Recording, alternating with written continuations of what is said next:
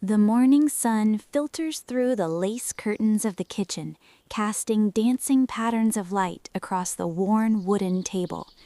It is a quiet, rhythmic start to the day. Grandmother is already there, her silver hair tucked neatly into a soft bun, moving with a grace that only comes from decades of knowing exactly where every jar of spices and every wooden spoon resides. The kitchen smells of dried chamomile, aged cedar, and the faint, sweet scent of rising dough. Across the room, Grandfather sits in his favorite creaky chair by the window, peering through his spectacles at a weathered book. He doesn't look up, but his hand reaches out instinctively to pat the head of the old golden retriever dozing at his feet. The only sounds are the rhythmic thud-dud of Grandmother's knife against the cutting board as she slices fresh apples, and the distant, melodic chirping of birds in the orchard outside.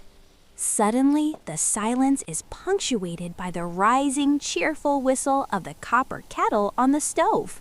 It starts as a low hum and grows into a bright, steady call.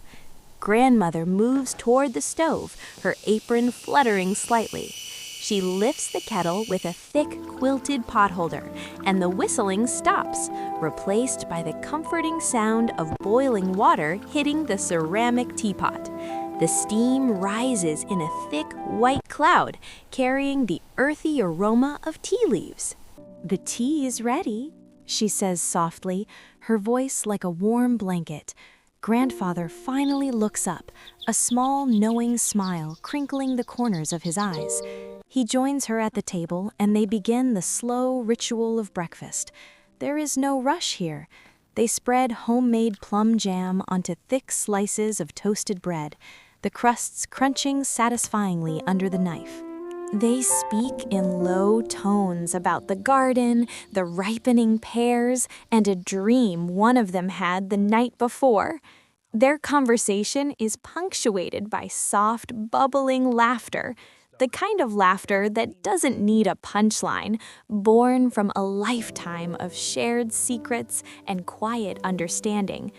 Outside, a gentle breeze rustles the leaves of the willow tree.